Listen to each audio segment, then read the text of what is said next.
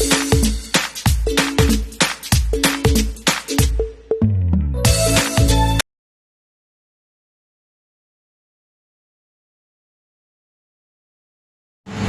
hello once again. I'm Federico Prado. Welcome to my vlog in Chef Prado TV. Now, topic today is about sanitizer. Why very important sanitizer in the kitchen? Because of the germs, bacteria. 99% it can kill the bacteria. Alright. Okay, putting sanitizer until there. 5 minutes, leave 5 minutes until wipe. Okay, wipe.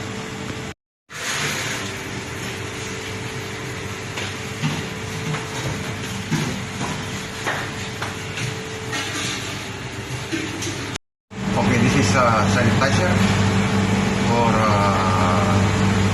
handling the like fridge, door. Okay, I show you later. All right.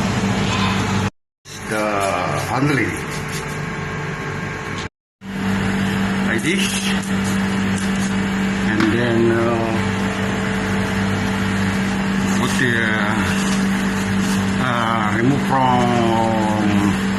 remove from this one tissue. Use tissue to wipe, so the bacteria is 100%, 99% kill. Okay, wipe like this, so the bacteria is dead. Alright,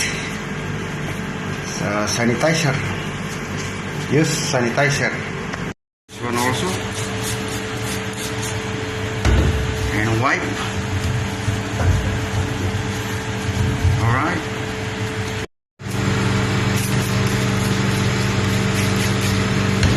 This one also, the table need to put sanitizer to the bacteria is killed.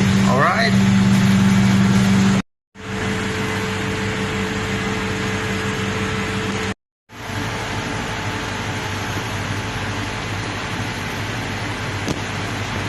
The contact time of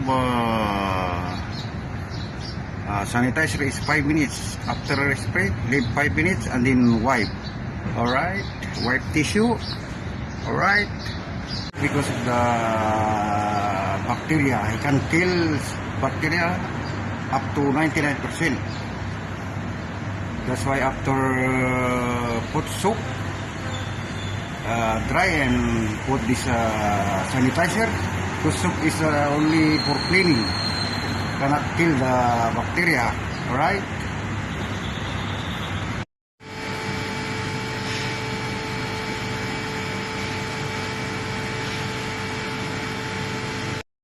Sanitizer you can use also in garbage bin and top table and other surface like doorknob, and then touchable need to put sanitizer so the bacteria is died.